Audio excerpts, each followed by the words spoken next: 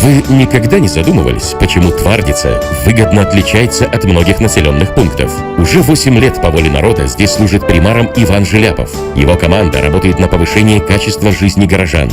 Это придание статуса города, сохранение и развитие национальной культуры и православных традиций, конкурентоспособная экономика, благоприятные условия развития для всех экономических агентов, отсутствие коррупции, взяточничества, привлечение дополнительных средств в бюджет города. С заботой о детях сделаны не только капитальный ремонт лицея, гимназии, детского сада номер 1 и номер 2, центра реабилитации «Эсперанца», но и приобретена материально-техническая база этих учреждений.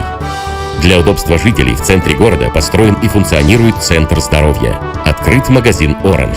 Налажена работа коммунального хозяйства. Проводится работа по установке уличного освещения.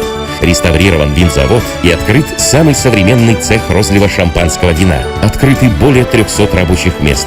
Высажено более 20 гектаров новых лесонасаждений.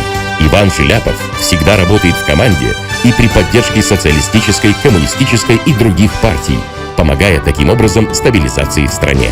В городе Твардица создано стабильное, здоровое общество, где вопросы развития города решались совместно с экономическими агентами, лидерами сельхозпредприятий, общественностью, молодежью и советом ветеранов.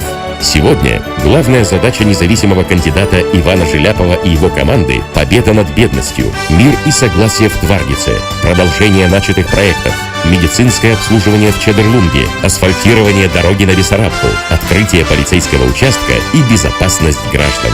Сегодня не время эмоций, и я голосую разумом. Кандидатов в примары много, и все они достойные люди, но мой выбор – Иван Желяпов. Голосую не за личностные качества, а за команду, в которой грамотные специалисты, мудрые политики и экономически стабильные люди.